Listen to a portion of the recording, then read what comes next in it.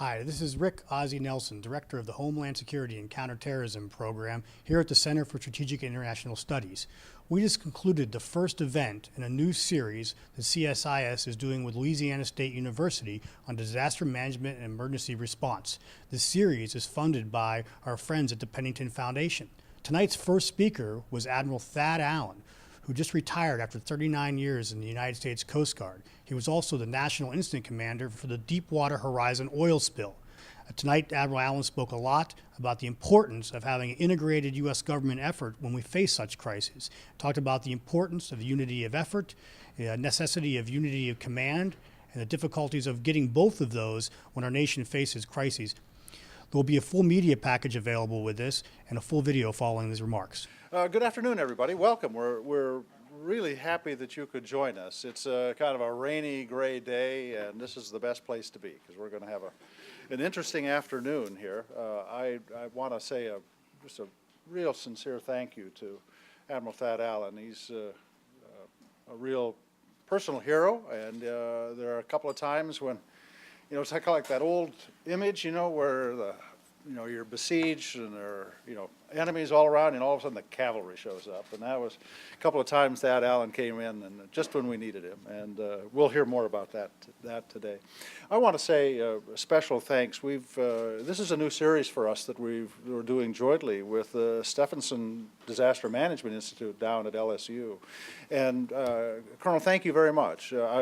Colonel Joseph Booth is the director, and he gave a very distinguished full life of service as a police officer in Louisiana, and now is serving in a very new and important way. And we're grateful to have this opportunity to partner with you. Thanks, Joy. And the Pennington Foundation down in Baton Rouge is making possible this opportunity to have this forum with everyone here. And I haven't met Lori Bertman. Is she? Lori, you're here. Thank you. Thank you very much for what you're doing. It's really, really great. Us guys were sitting in the back wondering where the hell you were. I mean, that was our fault. You wouldn't have wanted to have joined us anyway, but thank you, Lori. We're delighted to have a chance to be working with you here. Ozzie's going to really introduce the Admiral. I'd just like to say one thing, if I may, and that is, it's something quite unique when we have a national level crisis, because the most important question we have to deal with is who is authoritative to reassure people at a time when they're so frightened about their own safety. I mean, that's the central question. And I was over at DOD, and of course us DOD types, we always think, well, God, they want us. Well, wrong. They don't want us, because the public is a little worried about us. We go ramming around. We got our own way of talking to each other. We call it doctrine. That scares the heck out of everybody when we start talking about doctrine. So we come in and we kind of think we know what's going on, and we want to take over. And of course, we don't know what's going on, and we scare everybody in the process. Thankfully, there is an institution, a federal institution, that is perfect for this, and it's the United States Coast Guard. Now, the United States Coast Guard has all of the advantages of a military organization, the command structure, the predictability, the sense of duty and discipline and honor, all of that's in place. But it's an institution that is so widely accepted because it comes out of America's heartland. It is organic to American citizenry. And it touches citizens every day in a very direct way. And so it is a unique institution that we need for this, which is why, Joey, it was so wise of you to say, let's start. Let's start with that, Al. Let's start with a discussion about the role the Coast Guard played. People don't know this is an institution that frankly kept alive the military at a time when the United States political landscape said, we don't need a military. This is after we overthrew the worthless Brits, got rid of them, and, with the secret help of the French, we don't say that as loud.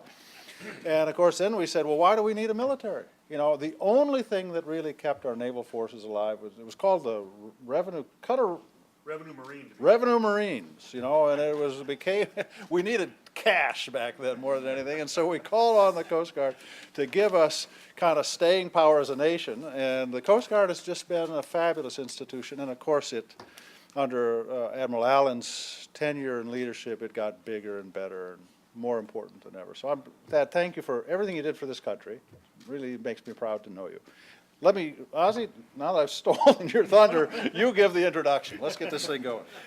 No, this is what makes my job so hard, is always following John Hamry. I'm not sure what I should say in response to those remarks, but I will do more of the administrative of details. One of the things, I've been at CSI a little over a year now, and one of the things that I find so enjoyable about working here is a collaboration between our programs. And I'm the director of the Homeland Security and Counterterrorism program, but we're actually doing this, and it's kicking off our event, our series on disaster management and emergency response, again, thanks to LSU and the Pennington Foundation. And we're going to explore some topics through the coming year here.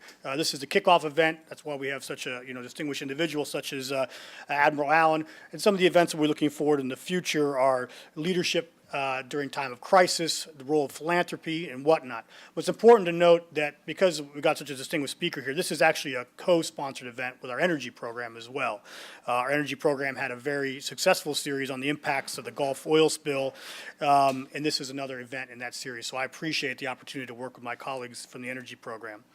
On to Admiral Allen. I mean, everyone knows him, so I won't waste too much time on this. We are fortunate. He just retired from the Coast Guard. Did you finally get your vacation? Still working on it. He's now a senior fellow at the RAND Corporation. I think that's funny because I'm a senior fellow. Clearly, we're in the same realm. But few are better to speak on this type of event, obviously, than Admiral Allen. 39-year career. After September 11th, he actually was in charge of the Atlantic Area Forces. And then from there, again, he just had a very distinguished career. And he saw the U.S. government responses and recovery operations and aftermaths of Katrina and Rita. And, of course, why we're all here to mostly talk about today is his role as a National Incident Commander during Deepwater to Robert Horizon. So I'm not going to say anything else. I am going to moderate questions and answers afterwards, and those of you that know me, it will be questions and answers and not statements and answers. So we'll do that after Allen does his remarks. So Admiral, welcome.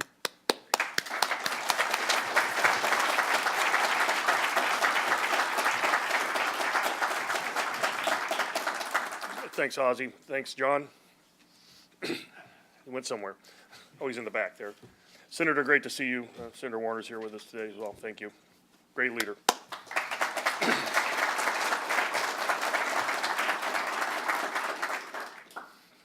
I thought the best use of the time tonight might be to start out with some overarching themes that I have developed in my own mind leading through a couple of incidents that I've been involved in, not only Katrina and Rita, but actually the response to Haiti earlier this year in January and the oil spill itself. I will tell you right now there is a joint investigation going underway between the Department of Interior and Homeland Security with the Coast Guard being involved in that. That will play itself out. There's also a commission. I'm not going to dwell a lot on the details associated with that. I'd like to pull out some general points and talk to you about some challenges we face in government regarding governance writ large, and then how we actually deal when we have a crisis going on in this country. And I think it's salient. There's been a lot of discussion, and a lot of discussion here at CSIS over the last few years about should we do some kind of a legislative package like Goldwater Nichols for the interagency? What happens beyond Goldwater Nichols? And I think every time we talk about that, if you're not in the military and you hear Goldwater Nichols, the antibodies kick in. And it starts a little bit of bureaucratic organ rejection.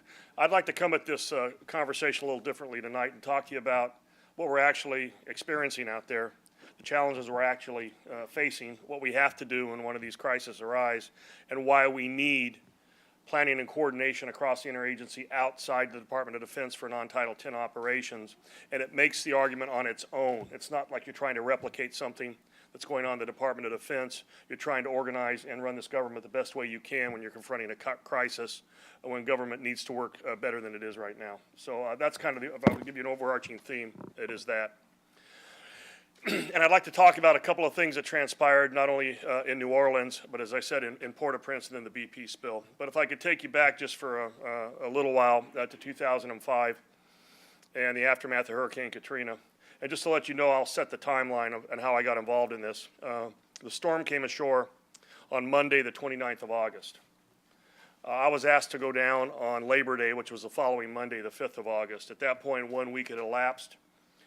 We had the meltdown in the Superdome. We had the issue with the convention center and a host of problems that were going on down there.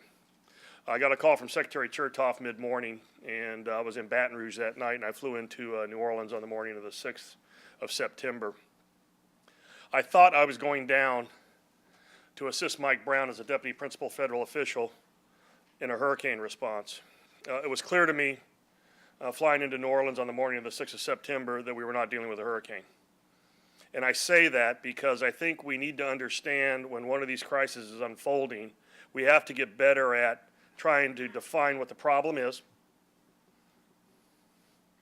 classify the mission, if you will, or the assignment, who is best to do it, what is the lead-follow relationship we need to have, and lay those parameters out so we know the objectives we're trying to achieve in government, not only the objectives we're trying to achieve, but exit criteria so we know when it's done and there's a basis to move from immediate response to long-term recovery, which is a continuing challenge for us as well, not only in hurricane response, but in Haiti, but the oil spill as well. We go in and we throw our response forces out, but that transition, and it's the same problem we have in military operations when you move through the phases, and I think we need to deal with that too.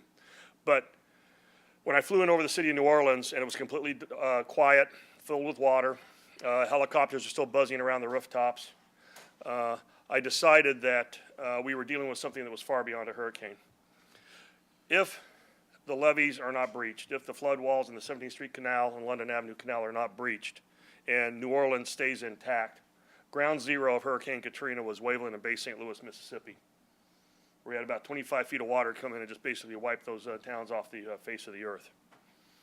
What I don't think we understood at the time, and I did not understand until I set foot on New Orleans, was when the levees were breached, it became a different problem. And I'm a big believer. There's a professor up at MIT named Peter Senge. He wrote a book called The Fifth Discipline, and he talks about senior managers needing to develop mental models about what it is you're dealing with. Over the first 24 hours in New Orleans, especially after my conversations with General Russ Honore and some other folks down there, I decided that what we were dealing with was the equivalent of a weapon of mass effect that had been used on the city of New Orleans without criminality. Now let me deconstruct that for you because it's really important. I say weapon of mass effect because what had happened, the virtual effect of the flooding of the city was that they lost continuity of government in the city of New Orleans. And I'm not trying to be harsh here, but they did not have decapitation, okay? I'm using military doctrinal terms now. In other words, you had standing leadership, but the command and control structure was not there. So we had been flowing forces into New Orleans for over a week. Urban search and rescue teams, the local police were there, Coast Guard was there, but they in effect were self-deployed. And if you ask them what the reporting chain was, you'd have a real problem finding that out. So while we were responding to the disaster and emergency declarations and flowing the forces in, there was no capability to organize them and apply them to mission effect. Once I understood that, it was a lot easier to move and decide what we needed to do. The second thing is, in that week leading up to my deployment down there was talk all over government about whether or not we should invoke the Insurrection Act or waive posse comitatus. And in the end, the legal reviews and the discussions that took place indicated that there was no premise to do that. There was no legal case for federal preemption because you had standing governments down there even though they had lost continuity of government. That's the key here, okay? So my challenge then, once that was the legal construct, was to figure out how you can bring effect to the resources that were there without violating those legal premises. And it may sound complicated, but once you get the problem down, you can at least deconstruct it and it gets a little easier. I sat down with Russ Honore and we did a couple of things. First of all, we agreed to support each other. There'd be no fighting in public, and we were going to be a team. And, you know, he's an extraordinary individual. And if you got some time, we want to go to a bar, I can tell Russ Honore stories. The real problem was to organize everything that was there and not presume the legal prerogatives of the state and local government, specifically law enforcement officials that had the authority to go house to house, make decisions on to enter and so forth. Then we had to figure out how to allocate the forces that Russ had to his disposal. And then a real key issue, the National Guard called up by Louisiana under Title 32, and how to create what is going to be a major theme I will talk about, and that's unity of effort. Let me here compare and contrast unity of effort versus unity of command. When you go into the military, your first day on the job, boot camp, academy, OCS, wherever you go, you have to learn and recite your chain of command from you to the president. Everybody has to do it. It's one of the basic features of indoctrination. I don't know what would happen if I had gone out during Katrina, the oil spill, or anything else to somebody from EPA or FEMA or NOAA and said, please describe your chain of command to the president. And that's not a value judgment. It's because we have a collection of departments with authorities and jurisdictions that are particular to their legislative mandates that they're trying to execute. So what we finally did in New Orleans was we divided the city into sectors. And in each sector, we assigned one of Russ Honore's components. The 82nd Airborne got the Central Business District. Secretary Warner is a former Marine, so I would tell you, the lower 9th Ward in St. Bernard Parish got what I call the hat trick, the triple whammy. They got the original storm surge. They got the back flooding when the levees failed, and then there was a Murphy Oil refinery where we had 1 million gallons of crude oil got slimed the city. It was so bad down there, we gave it to the Marines. And then we gave another sector to the National Guard so they could maintain unity of command within the National Guard. And then we kind of had a dotted line. We're all going to have a gentleman's agreement. We're not going to fight about how we did this. We had a coordinated meeting every day, and we did this, believe it or not, inside the incident command system. And then Russ Honore would actually execute his portion through the Joint Operational Planning and Execution System, which comes to a key point. If you're going to do this in the future and you're going to be effective, you got to be bureaucratically multilingual. And as John was saying earlier, I think that is a key attribute and characteristic of the Coast Guard myself. So what we did was we did 3 sweeps of the city. We did what we called a hasty sweep, a primary sweep, and a secondary sweep. We take 20 or 30 people with high water vehicles or rubber boats supporting 2 or 3 local officers. And they would make the decision on whether or not to go into a house based on the height of the water. And as you saw, we went through and we marked every house. You saw the markings we placed on them. And as the water came down, we did 3 sweeps of the city. We found more survivors, had to deal with a very difficult issue of remains recovery as well. But inside, we had an incident command system that was being supported by a joint task force commander, but we created unity of effort across the federal government in support of a local government that had lost continuity of government, if you can kind of keep that in your mind. I'm not going to dwell a lot on there because I'm going to fast forward to Haiti now. Okay, and as you know, because we were patrolling the Windward Pass and some other areas there, Coast Guard cutters were the first on scene into Port-au-Prince the morning following the earthquake. Our people went ashore and were actually astounded by the devastation. It was just incredible. At the meetings at the White House on how to move forward and how to best have the U.S. government help Haiti, there was a lot of talk about how to organize it and what should we do. And I had a really long conversation one evening with Secretary Napolitano, who wanted to help and bring the core competencies we've been developed and lessons learned from Katrina that are embedded now in FEMA through Craig Fugate, who was working with Rajiv Shah over at USAID. How can we do this? And I proposed to her that we create that same concept that we had in New Orleans and we export it to Haiti. Because what was similar between New Orleans and Haiti was we had a loss of continuity of government without decapitation, but in this case it was a sovereign government and there was not a principal federal official. It was a U.S. ambassador representing the United States, and we also had a UN mission on the ground in Haiti.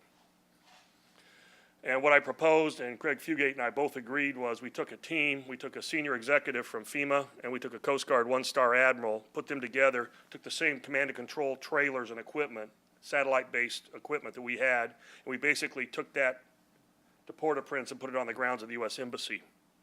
And then they became the linking pin with the ambassador, with Joint Task Force Haiti. It was headed by Lieutenant General Keane under U.S. Southern Command. There are very many similarities about how we ultimately evolved in New Orleans and exactly what we exported and did on the ground in Haiti. The big difference between New Orleans and Haiti, in my view, was the additional fact that we took control of the airspace. And as you know, in the first 24 hours after the earthquake, I think we had either 12 or 13 landings, if we had that many. At the height of the airlift that moved in and out of Haiti, under the supervision of the 1st Air Force, U.S. Southern Command, TRANSCOM, working together, in addition to a FEMA team that was over at USAID helping them prioritize the landing slots, I think we reached our height during that operation of 160 landings in one day. So we're out there, we're demonstrating how to achieve effects. We're doing it in an interagency, in this case, international coalition setting, and we're giving effect to the resources that are being provided, okay? If I could fast forward then to the oil spill. And I'm going to talk about this in terms of strategy and how you think about these problems going in. You all know the rig exploded on the 20th of April. 2 days later, on the 22nd of April, 3 days later, excuse me, the rig sunk. The rig sunk on Earth Day. The rig sunk while there were a number of NGOs in the White House meeting with the president celebrating Earth Day. And 2 hours later, I was in the Oval Office on Earth Day with the cabinet briefing the president on what had transpired and what was going forward. And let me make it abundantly clear to everybody, there was no doubt in anybody's mind we were dealing with a catastrophic event from the start. Nobody was lowballing any estimates. Everybody knew this was serious.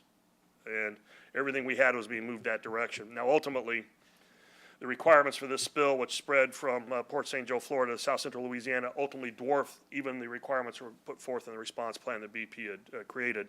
But that was all moving. Getting back to this notion of mental models and how you actually look at the problem, what it is you're trying to solve, it became very apparent this was not just an oil spill. Just like Katrina was not just a hurricane in New Orleans. We were dealing with probably 3 different domains that had to be addressed and dealt with separately. The first one was containment of oil and well control. Stop the oil at the source. The second was get to as much oil as you can while it was still together on the surface, offshore, and deal with it there. And the third was, of course, to defend the beaches and the marshes of Louisiana, Mississippi, Alabama, Florida, and Texas as necessary. This created 3 different sets of mission assignments, if you will, that were all linked together, the most critical being control the well. At this point, the real difference in Katrina and Haiti and the oil spill began to emerge, at least in my mind, as a National Incident Commander. And that was that we had made a bunch of determinations after the Exxon Valdez that were embodied in the Oil Pollution Act of 1990 that lays out the response doctrine for this country. The legal premises in oil spill response doctrine are fundamentally different than the disaster response under the Stafford Act, and they were intended to be by public policy. If I can just go through a couple of the basic features, because these were not well known going in, and I think that was one of our problems. If it's a natural disaster, tornado, wildfire, whatever, if the resources exceed the local responders' requirements, they will make a request to the government, and there'll be an emergency or disaster declaration, and based on that disaster declaration, they have access to the disaster relief fund, and the resources flow. They are put in the hands of the local government, and they execute the response. Now, in Katrina, that's what happened, but as I said, they did not have the command and control structure to be able to do that. Under oil spill response, in law, there is federal preemption, because the coordination of oil spill responses on land is through EPA and on water is through the Coast Guard by law. So it wasn't an issue of, was there a continuity of government, was there somebody there that could do it? That was not the issue. The issue is how do you coordinate it and create a unified command and unity of effort with the federal lead as opposed to a state and local lead, and you're trying to support them. So getting the mission right and understanding where you're going is very important. Now, embedded in the legislation passed off after the Exxon Valdez was the notion that we have a responsible party. And if you have a responsible party, they are required to pay for the response, and the response plans that were submitted and approved by the government have to have them identify contractors that will come to the scene and clean up the oil. These are called Oil Spill Response Organizations, or OSROs. So in the passage of the Oil Pollution Act of 1990, following the Exxon Valdez, we made a public policy decision to privatize oil spill response. And we created a new private sector industry in this country, oil spill response organizations. So that is what happened. Okay, BP was designated the responsible party, so was Transocean. And we established a unified command, and the way that doctrine is called for, you have a Coast Guard Federal On-Scene Coordinator, you have a state representative, and you have a representative of the responsible party, and you have a unified command. Use the incident command system, same as you would for a natural disaster response, and that's the way you execute it. I will tell you, and I'm not going to attribute why we got to where we were at, because I think we need to talk about it moving forward. There was not a lot of general knowledge that that was the response structure, number one. So if you're a parish president in Louisiana or a county executive in Mississippi, you're saying, why aren't you giving me the resources? Why am I not running this? And the answer is the federal government supervises the responsible party. I spent more time in front of the press during this response trying to describe the tenets of the Oil Pollution Act and what we call the National Contingency Plan to a disbelieving public and a skeptical political apparatus. And that's where you start to have to understand what it is you're dealing with. And it was clear from the start that in the absence of a fixed doctrine on how to coordinate across the departments, you're going to hear this clarion call again and again. If there's not a rebuttable presumption, and this is how we analyze a problem, classify the mission, assign the mission, and have support and supporting roles, then the political instincts will kick in and you'll try and do what you think you need to do at the time. It's not right or wrong, it just is. Okay? And so what we started to see were one-offs. Things that were happening that I would call extra-doctrinal to the National Contingency Plan or extra-governmental. And a lot of this had to do with the size of the spill, and frankly, it had to do with the resources of BP. There are a few companies in the world that could have responded to the tasking that BP was provided, especially the establishment of a $20 billion escrow fund for claims. And the fact that they blew right through their limits of liability and to this day have said, we will accept liability and we will continue to pay. When a smaller company without the assets that BP had could have walked, and that would have been the U.S. government holding the bag on how to move forward on that. So as we were trying to fight three different venues, contain the well, the oil out on the ocean, and what was coming ashore, we were also looking at the response that basically, I call it the political nullification of the response doctrine, folks, where nobody could understand that a responsible party that was the entity responsible for the event could somehow be consequential in the response itself. That created cognitive dissonance in the mind of the public and our political leaders. Secondly, and I don't know how you solve this, BP has a fiduciary responsibility to their shareholders. They have to make SEC filings. There are legal requirements of what they're supposed to do as a corporation. And there's always somebody out there that could infer that they were subordinating whatever requirements or responsibilities they would have in the spill to responsibilities to their shareholders. I don't know how you get through that. For the last 20 years since the Oil Pollution Act was signed and put into law, we have executed oil spills under this doctrine. And they've been effective.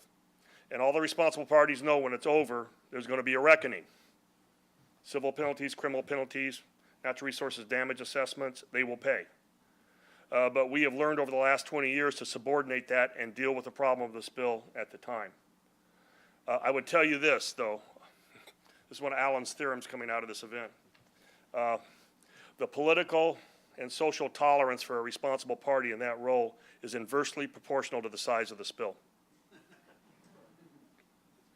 When it gets that bad, and especially you add on the myriad of issues they're dealing with in the Gulf right now after the hurricanes, the loss of the barrier islands and everything else, it really is hard for them to understand that you've got this company there that was responsible for the event that has to be consequential in the response. The second thing is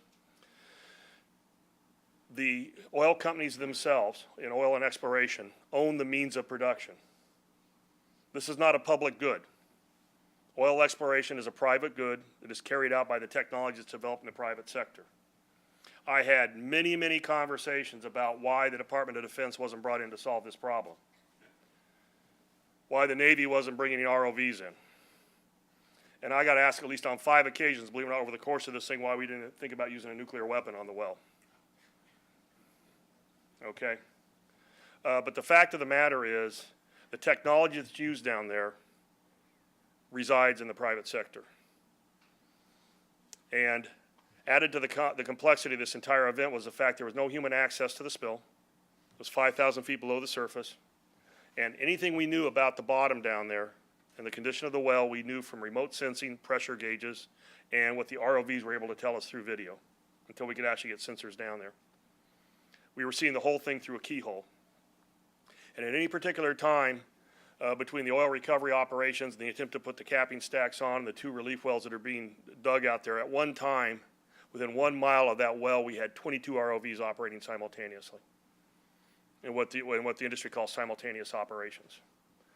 And we had 35 surface ships within about a 1.5 mile or 2 mile radius.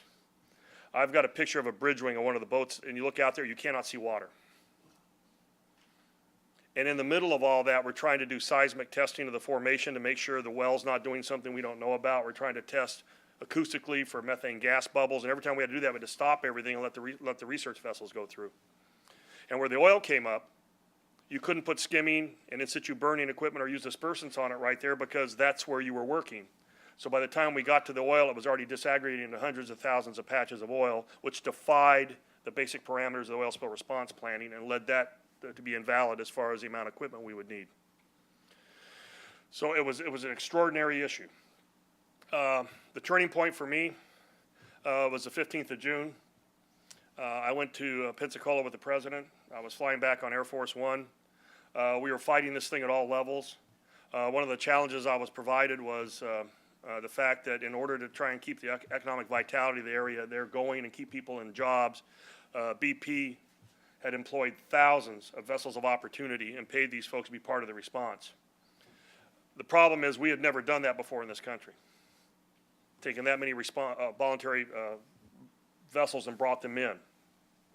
The analogy that I've made to folks is very similar to the Minutemen at Concord before the Revolution. Getting back to our Coast Guard roots here. The folks that showed up had passion, commitment, and resources. But some of them had a musket and some of them had a knife. But we had to form them up, we had to point them a direction, and we ultimately had to beat the British. Okay, our problem was command and control, communications, and surveillance, and be able to direct these vessels where we needed to go. That ended up being the final straw, at least for me, in something that I had to do, and I did this based on the knowledge that we learned from Haiti. And that day on the airplane, I told the president, I need to take control of the airspace. We had 8 near mid-air collisions. We had helicopters flying out to doing logistical support for the drilling and the oil spill recovery that was going on. We had spotter planes for in situ burning. We had planes flying with sensors from NOAA, NASA, all the agencies that were involved. We had press aircraft out there, and we had National Guard flying from the States. And it occurred to me that what we really needed is what worked in Haiti in a different type of a way. I called Norty Schwartz, Chief of Staff of the Air Force, and I called Mike Mullen. This is where the extraordinary companionship and cooperation I got by being brought into the tank while not being a statutory member of the Joint Chiefs of Staff paid off big time. I was able to sort out the facts on what DOD could do or could not do for us, and it wasn't solving the spill. But it was using soup sal and Navy skimming equipment and those types of things that we could use, and putting that all together. In the end, we invoked the same protocol that we did in Haiti. The 1st Air Force stood up an Air Coordination Center at Tyndall Air Force Base in the old NORAD, the CONAR Command Center, where we do the Continental Defense of North America, in the building next door because they just built a new command center. And it was extraordinary. I went there, and it was filled with all the purple suiters. You know, that's what we call the joint force that we have right now. And it also included NOAA scientists, people from the Fish and Wildlife Service, U.S. Geological Service. We have people with ponytails. And it was very interesting. And those of you in the military will get a kick out of this. When I walked out, I said, this is not joint and purple, this is plaid. But you know what? We need plaid, because plaid worked. We brought together all the ISR, the intelligence, surveillance, and reconnaissance efforts. We brought the overhead imagery in. We were able to create a common operating picture, and then we created transparency, and we gave it away to the public. If I had something to do over again on the spill, I would have taken control of the airspace on the first day, and if I'd have known it going to New Orleans, I would have done it there. We know how to do this. We can do it very quickly, and that's something we need to file it away. So, which raises the question, where do you file it? Now, I happen to be in all 3 of those incidents, okay, but I'm retired now, folks. And there has to be a way where we can build standard operating procedures and doctrine, and then evolve that to an interagency operational planning and coordination function. I'm not going to say J3-5, again, the antibodies kick in. I have talked entirely about 3 domestic or international non-military incidents that cry out for planning and coordination across government. And I think that's what we need to take moving forward. You can talk about the eaches, as Mike Mullen would say, you know, what about this case or that case, but I think the overall arching challenge before us right now is to create the capability in this government to understand and critically examine an event, accurately determine what the problem really is that we're trying to solve, assign the mission to the proper lead, and have a lead supporting relationship. And I can go back and I can tell you, there was no doubt during Haiti. There was the State Department, Secretary Clinton, Rajiv Shah, Susan Rice, U.S. Ambassador in support of a sovereign country down there. Everybody knew that, so, all right, we got it. Craig Fugate went over and he spent days at USAID trying to work out how to airlift that stuff. We all went together. Lieutenant General Keane, it worked. How do you replicate it? How do you make it the rebuttable presumption so if there's a huge amount of political pressure when the events are unfolding, there's not the urge to just do something because the political sense would tell you we have to appear to be responsive and accountable, but do the right thing. So let me add a couple other points here, and I'd be glad to take some questions. These are just a series of things that I think we need to deal with that flow through the events as well. First of all, we will never have a large crisis response in this government again that will not involve public participation. The public expects to be involved, wants to be involved, and there'll be a political price to pay, a communications and strategic engagement price to pay if we don't do this. And it's hard. It's really hard.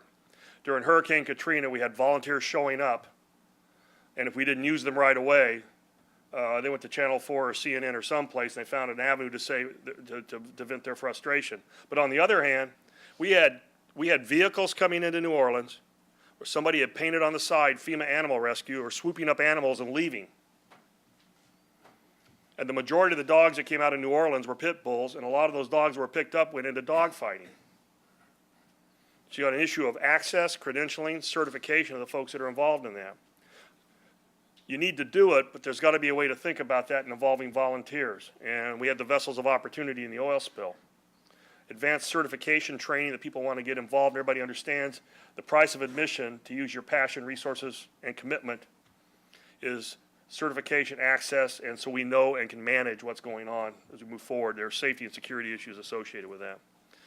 The second issue is transparency, and that's actually related. The public expects transparency. BP wasn't intentionally hiding video. When they're trying to deal with containing a well, they don't think about that first. They should have. Every time somebody had to ask us or something, we went, oh yeah, we'll get it for you. That created the impression that there was an intent behind not making it public to begin with, and obfuscation associated with that. You have a credibility hole you're trying to dig yourself out of. Go transparent from the start. Whatever you can put out there, put out there. My guidance was, unless it was a safety or security issue, the media had access, and we still had problems. Because we had temporary flight restrictions where you couldn't go in for safety or security reasons. We had the threat of boom being either vandalized or stolen. So we said you had to stay, 50, 60 yards off the boom. Well, the minute we did that, the press interpreted that as we didn't want them to see oil birds. And the answer was that was not the case. You can't give a parking ticket unless you have a no parking zone. In other words, you have to make it a violation to mess with the boom. So we issued the order, you can't mess with the boom. Well, that was interpreted as being a way to prevent the press from coming. Now, we need to deal with that ahead of time, and you need to deal with it moving forward. The third is we took our common operating picture and we put it out on the web. Nothing succeeds like just giving the information away. And ultimately, even BP, who was very concerned about their ROV operators being subject to real-time public scrutiny while they're actually trying to control the arms, would somehow affect their performance, understood they had to make the video public. And as part of that, at a certain point in the spill response, I said, we've got to stop the argument over the flow rate. And as a National Incident Commander, I stood up a flow rate technical group, and ultimately took Marcia McNutt, who's head of the U.S. Geological Survey, and we put her in charge. And after that, everything that came out related to flow rate was a government estimate with some kind of an error rate attached to it. And you could argue about it or what, but these are the assumptions that went into it. This is what we think it is. And as you know, we ended up right around 60,000 barrels a day. And that is the basis for the response going forward right now. I don't know how long I've gone there, Ozzy. You think about ready to go some Q&A there? Q&A, certainly. Okay. As you can see, I'm vested in this concept of making government work better. I'm going to be speaking and writing about it over the next couple of years. Aside from any talk about a Goldwater-Nichols type solution in the interagency. The fact of the matter is, it's all priority based on the incidents we've had to be involved in the last 4 or 5 years, that we have to do something better in federal government in this regard, and I'm glad to have that conversation. Thank you.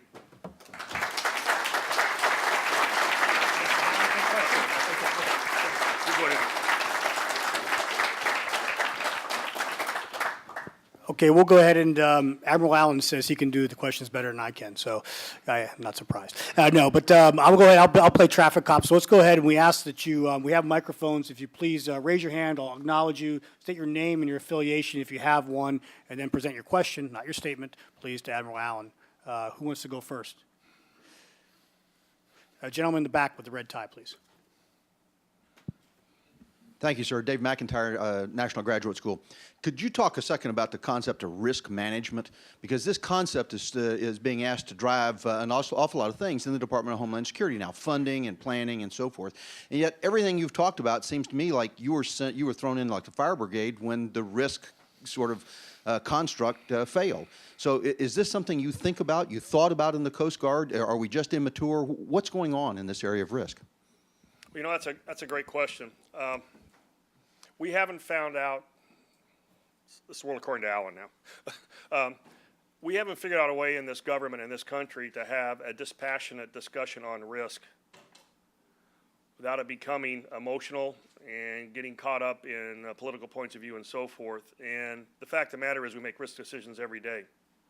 There's an opportunity cost to every airplane we launch. There's an opportunity cost to every small boat we launch.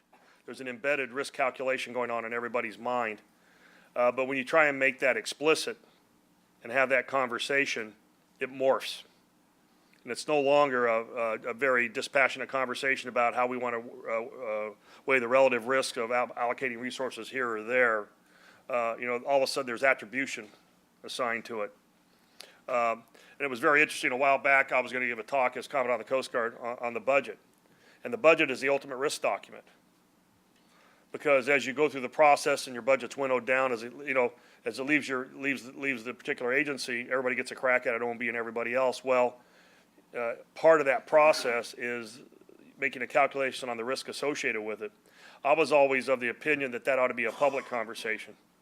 And if you look at some of the budget discussions that are going to have to be taking place right now, given the size of the deficit, you can talk about X% cut. You can talk about X thousands of people. But the real implications of that, and when you're producing the effect, is ultimately going to be a risk trade-off that program managers and operational commanders and people that are actually applying resources to mission effect out there have to make. And where you stand on the deficit, in my view, is less important about how much you want to have a conversation about the risks that's entailed at the funding levels you're actually going to decide. And I think at the very highest, most strategic level, that's where we really need to be talking about risk. And was that responsive? Or? Okay, next question. Jameson, you want to go ahead?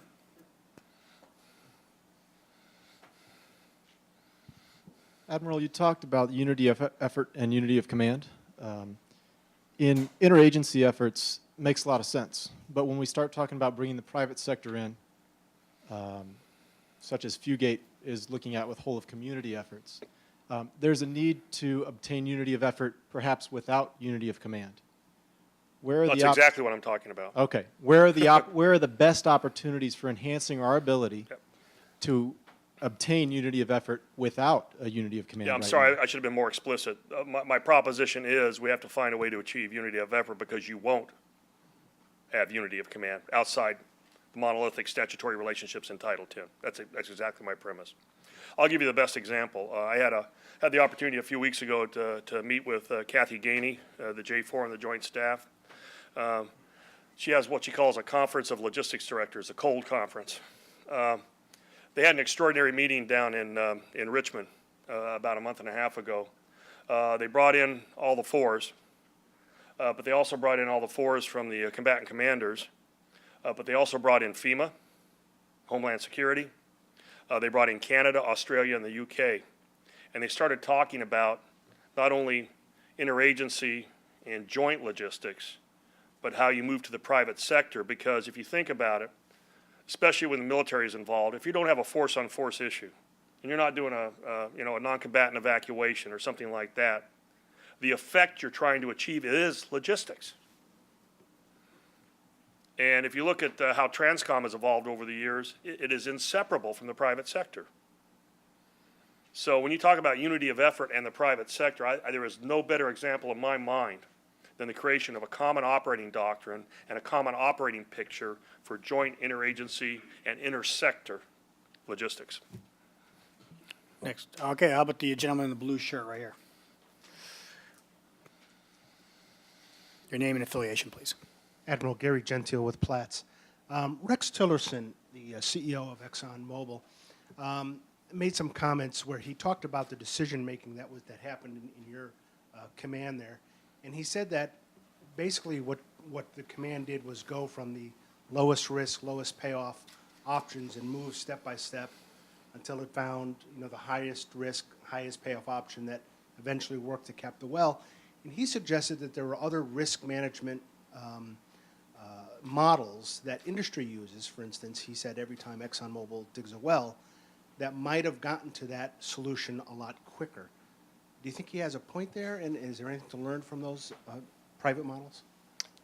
Well, sure he has a point. Knowing now the sequence of events, we could come back and said, cut out steps 5 through 7 and go to that. Yeah. I could subscribe to that myself. Actually, I've talked to Rex on a couple of occasions. I called him a couple of times because I needed some, in nautical terminology, you need some triangulation on what you're hearing and all that sort of thing.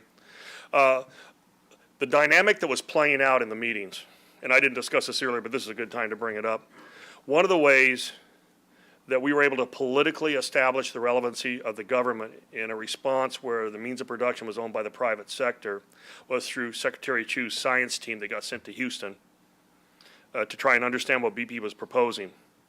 These are people from the national labs. In fact, a key player was Tom Hunter, who led the Sandia lab. He was down there as a key player, Marcia McNutt. And what they were trying to do is understand what BP was proposing, because BP would submit a proposal that had to be approved by the federal on-scene coordinator, or we had to direct a removal action. And we were doing that under legal authority, okay? So we had the science team down there headed by Secretary Chu. Secretary Salazar was involved in daily briefings, and we were walking through. Now, they were concerned with risk mitigation, okay? BP was concerned with capping the well, sealing the well. In between there was a dialectic to play it out, and I think that's the proper term, regarding what was the proper pace to move at and how do you ensure the risk was being addressed. We were overwhelmingly concerned about the condition of the well bore and the casing. We did not know if it had been damaged in the event, and what we did not want was some kind of a fracture into the formation where there'd be free communication between the reservoir and the hydrocarbons would work their way to the seafloor, and they would be released until the pressure equalized. That was number one. Do not let that happen under any condition. And number two, do no damage to the wellbore or the casing with the pressure limits as far as mud that was being pumped down and everything else. Now, that might lead you to a different set of outcomes and sequences than you would do if you're applying a risk calculation in a pure private sector sense in oil and gas exploration. So I would tell you what Rex said was not mutually exclusive from what we did. But if you know after the fact you can remove 3 steps and you have to do it again, you do that. And the real issue is when you cut the riser pipe and when you unbolted the stub that was left with the flange, which then led you to be able to put the capping stack on. And the real answer moving forward, and this is lessons learned, is to create interoperating pieces there where this can happen very, very quickly, hydrostatic releases and things like that where you can do that more quickly. But again, they never envisioned there would ever be a riser pipe coming from a wellhead to the surface because they produce oil on the bottom in the Gulf of Mexico and they bring it back to shore by pipelines. So we had to create an oil recovery system that basically did not exist before then. And we were dealing with a riser pipe that was 5,000 feet long, bent over, laying on the seafloor. So we weren't sure how much that was impeding the flow. We're honored to have Senator Warner. Sir, you have a question?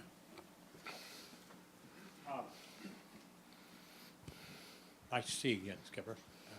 As one who spent his lifetime flapping jaws for a living, I'd give you an A for tonight's performance. I really would.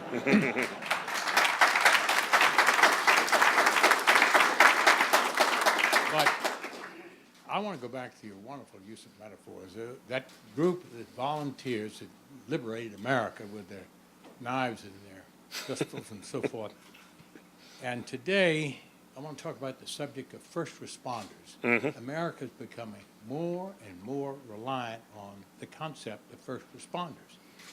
Now, the obvious is the National Guard, the Coast Guard, structured with command and control groups, but it goes right down to my communities down in Virginia where the rural fire department is a volunteer fire department.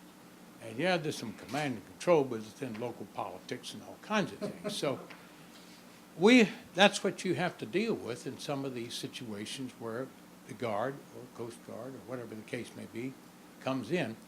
First, how do we give them the proper recognition and sort of give them the patriotic recognition that they desire? And secondly, how do you structure to involve them and make them an integral part of whatever the big top organizers are doing? Thank you. Yeah, Senator, a great comment and a great question. First of all, in the normal routine of dealing with emergencies in this country, local resources are adequate. When we start to talk about crises, it's when you've started to exceeded the resources and even maybe the authorities and capabilities of the local governments to respond, how you start raising that echelon of response up, and how do you do that most effectively for the government. And as you well stated, most of the emergency services and firefighting around this country, large amount of it is done by volunteers. I think what we need to do is we need to have a way to understand what they do, and even while they're volunteers, and I think this is already underway, is professionalize them. Gets back to the certification, security, and the access that I talked about for the animal rescuers in New Orleans. I think we need to figure out a way to have them be able to integrate it, and that's done through the National Incident Management System, and at the local level we call the Incident Command System. It's doctrine. When you go in, you know exactly what the rules and responsibilities are. Proliferating that response doctrine across the country, which is happening right now, is I think what we need to do. At the larger level, and as a metaphor, I'll deal with the Title 32 call-up of National Guard and how you integrate them to achieve unity of effort. Because right now there's an issue about unity of command on who they're called up and where they work for the governor or the federal government. Following Hurricane Katrina, there was legislation passed that created something called a Council of Governors. They first met back in February when I was still the commandant. And they took on the very significant challenge of trying to create unity of effort between active duty, Title 10, and reserve component forces and Title 32 forces responding to the same event. They had a meeting last July in Boston, and they had a meeting just a week or so ago here in Washington on November 8th. Secretary Paul Stockton's involved in this, Sandy Winnefeld at U.S. Northern Command, Gene Renoirt's successor, Craig Fugate and others, Bob Papp, the Commandant on the Coast Guard. What they are coming up with is a concept, and I think it's a great concept, to certify dual-hatted Joint Task Force commanders that don't subjugate authority and unity of command to another command, but can exercise it simultaneously from the same command post. Now, this is still a work in progress. It's still being discussed. But the early conversations with all the governors, and the Council of Governors, by the way, is 6 Republican and 6 Democratic governors together, chaired by Governor Greg Ward and the governor of Vermont, and I'm having a senior moment right now. But those two are the current chairs of the Council of Governors. They have made a commitment to solve this problem moving forward. This is another step. This is another brick in the doctrinal foundation on how you classify these events, establish supported and supporting roles, and achieve better effectiveness in government. I think it's a great initiative.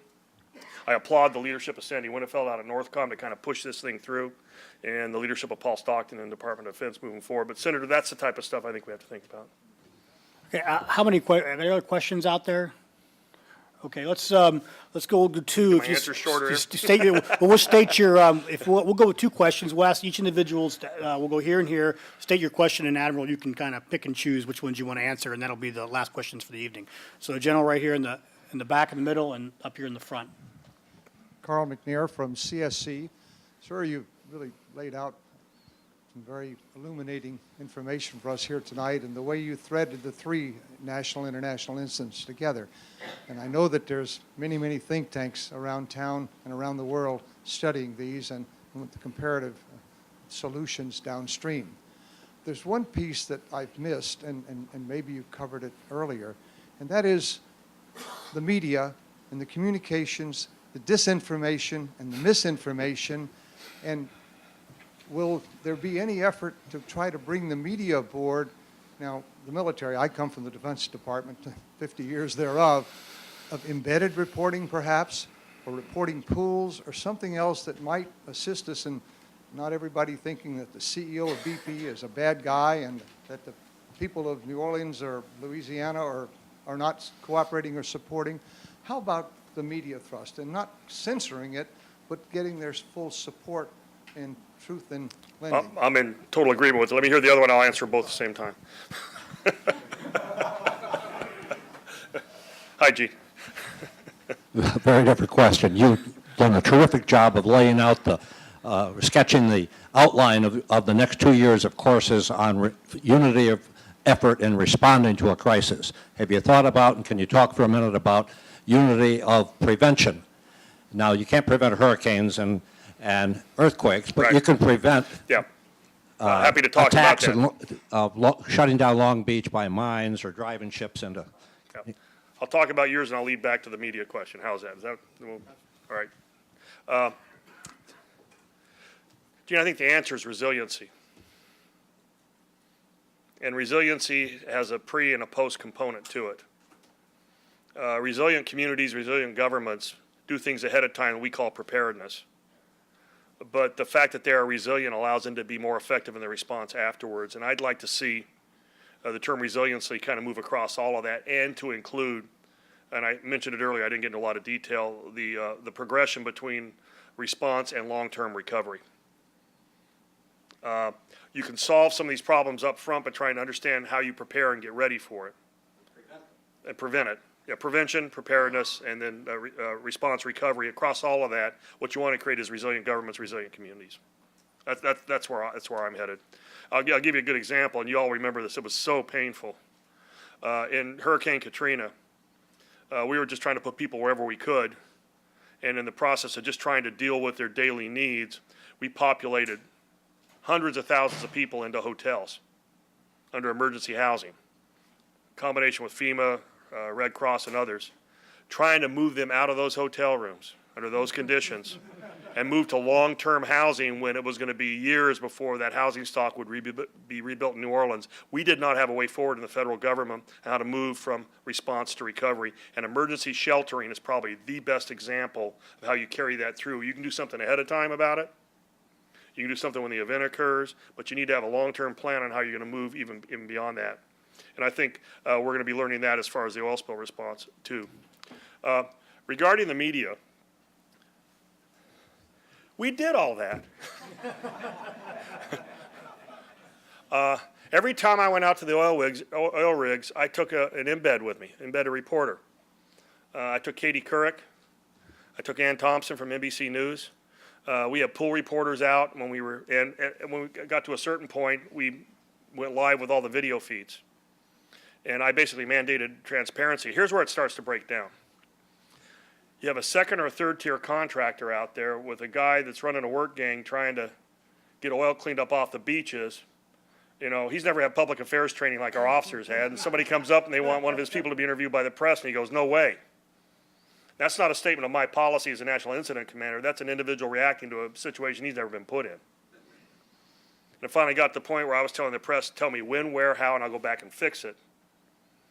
But one of the problems we had in this entire response, especially when we're working with the media and transparency, and I had this conversation with Tony Hayward and Bob Dudley as well, you can't outsource corporate values, empathy, and compassion to a second or third party contractor. You can meet your legal requirement to set up a claims process because you're supposed to do that, but if you hire a claims adjuster contract, what you're going to forget is the individual transactions, as seen through the eyes of the public, and their evaluation of the effectiveness of the response are going to be measured on how they were treated. That in turn plays right into how they react with the media and where the media goes for the story. So the more effective you are in dealing with the response itself, you do a better job of informing the public. In the long run, though, and this goes back before Katrina, the oil spill, or Haiti, or anything else, this is just my theory. If you look at social media, you look at the internet, look at the 24-hour news cycle, frankly, we don't control any of that, and there's no barrier to entry. The responsibility for the truth, the veracity, and the fidelity of any information on the web rests with the reader. And I sat down with people from time to time because they're all upset and angry when this stuff happens. And I said, you gotta get through all the steps of web grieving here. You know, you gotta get angry, you gotta, you know. In the long run, I decided the way you deal with this, I actually learned this from John Holdren, the Science and Technology Advisor to the President. He gave a speech on climate change a year ago that was a phenomenal speech. He can explain this better than anybody, folks. But at the end, he looked at everybody in the audience, he says, there are 3 ways to deal with climate change. You can suffer, you can adapt, or you can manage. And I would tell you, in dealing with the media, the social media, the internet, and everything else, you have 3 strategies. You can suffer, you can adapt, or you can manage. So Allen's theory, and this Allen's theory, is based on that great military doctrinist, Waldo. Where's Waldo? If you put your information out there and you're transparent, enough of it's out there, they become Waldo. Where's Waldo? And if it's wrong information, or there's a malintent or untoward intent, you will minimize the impact of that because they just cannot be seen with the transparency and the volume of information you're providing. So Allen's theory is where's Waldo? Well, on behalf of the CSIS energy programs and the Counterterrorism Homeland Security Program, we want to thank you. We want to thank our sponsors, LSU and the Pennington Foundation, and most importantly, Admiral Allen. Thank you very much for coming here tonight. A round of applause.